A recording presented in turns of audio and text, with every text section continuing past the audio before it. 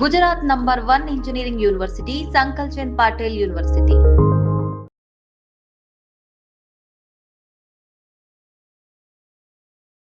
IPL matches నిన్న కూడా హైదరాబాద్ కి సంబంధించిన మ్యాచ్ ఇక్కడ ఉప్పల్లో జరిగింది. మనందరికీ తెలిసిందే ఐపీఎల్ సీజన్ అనగానే దాదాపుగా ఒక 2 నెలల పాటు పండగనే అన్నమాట.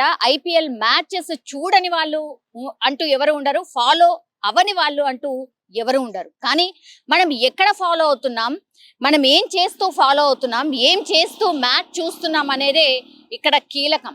ఎందుకంటే ఇక్కడ చూడండి మీరు, ఎంత డేంజరస్ ప్రయాణం అంటే ఇది మహారాష్ట్రకు సంబంధించిన బస్ డ్రైవర్ ఒక హైవే మీద ఒక ప్లేస్ నుంచి ఇంకో ప్లేస్ కి వెళ్తున్నటువంటి టైంలో ఆయన మంచిగా స్టీరింగ్ స్పీడోమీటర్ ఉంటది కదా, స్టీరింగ్ మధ్యలో ఆ ప్లేస్ లో మొబైల్లో ఐపీఎల్ మ్యాచ్ చూస్తూ డ్రైవ్ చేస్తున్నాడు.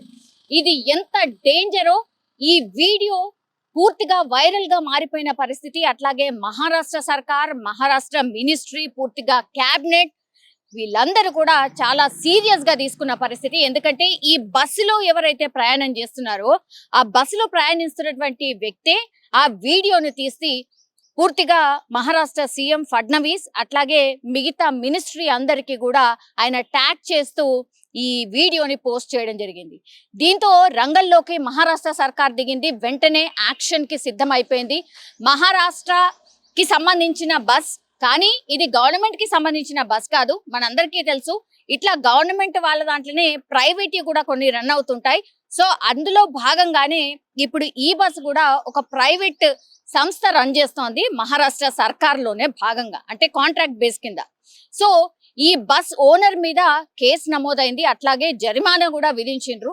కానీ జరిమానా వరకేనా లేకపోతే చర్యల వరకేనా, ఇది ఎన్ని చోట్ల జరుగుతుంది అనేది కూడా పెద్ద ఎత్తున చర్చ స్టార్ట్ అయింది. యాక్చువల్లీ ఇది ఎక్కడ జరిగింది, ఎటు నుంచి ఎటు పోతున్నాడు అనేది కూడా నేను చెప్పే ప్రయత్నం చేస్తాను.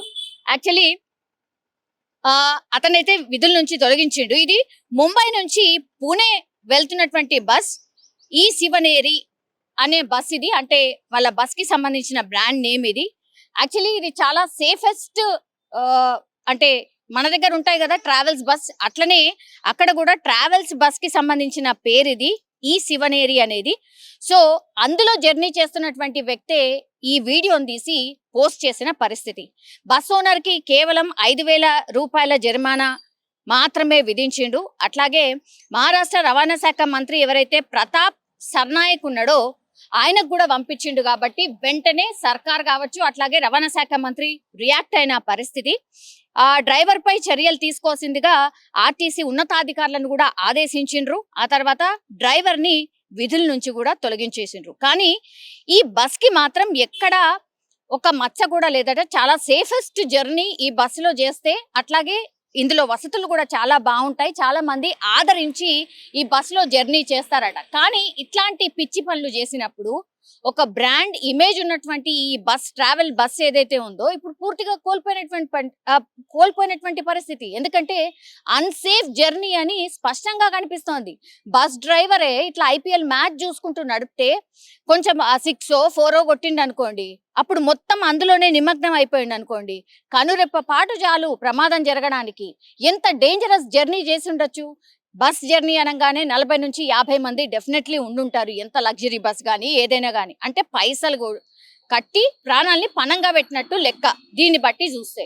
ఇప్పుడు ఇతను అబ్జర్వ్ చేసి చూసిండు కాబట్టి ఈ వీడియోను పోస్ట్ చేసిండు. ఇట్లా మనందరికీ తెలిసింది. అట్లాంటిది మరి ఇంకెన్ని బస్సెస్ లో, ఇంకెన్ని రాష్ట్రాల్లో ఈ పరిస్థితి ఉంది. ఐపీఎల్ మ్యాచ్ మొన్ననే స్టార్ట్ అయింది.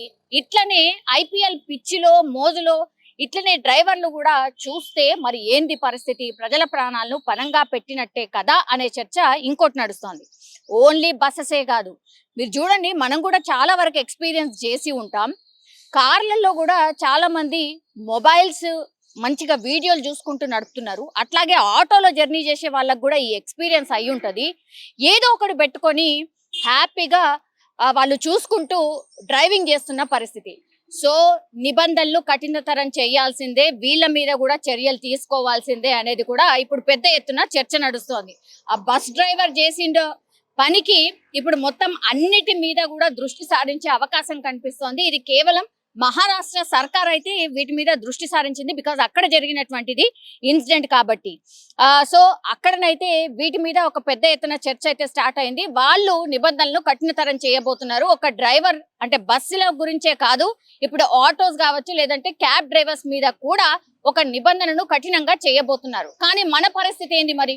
హైదరాబాద్ లో కావచ్చు లేదంటే అన్ని రాష్ట్రాల్లో ఈ ఇష్యూ డెఫినెట్లీ ఉండుంటది. మరి దీన్ని అన్నిటినీ ఎట్లా టేకప్ చేయాలి అంటే ఓన్లీ రాష్ట్రాలకే పరిమితం కావద్దు, ఇది కేంద్రమే ఏదో ఒక గైడ్ లైన్ తీసుకురావాలి స్ట్రిక్ట్ గా అనేది కూడా ఇంకో వాయిస్ వినిపిస్తోంది. కానీ ప్రజల ప్రాణాలతో చెలగాటము చేసేటటువంటి ఇట్లాంటి చర్యలు ఏమాత్రం కరెక్ట్ కాదు.